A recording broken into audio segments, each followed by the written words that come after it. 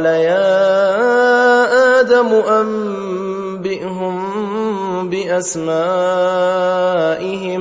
فلما أنبأهم بأسمائهم قال ألم أقل لكم إني أعلم غيب السماوات والأرض وأعلم ما تبدون وما كنتم تكتمون.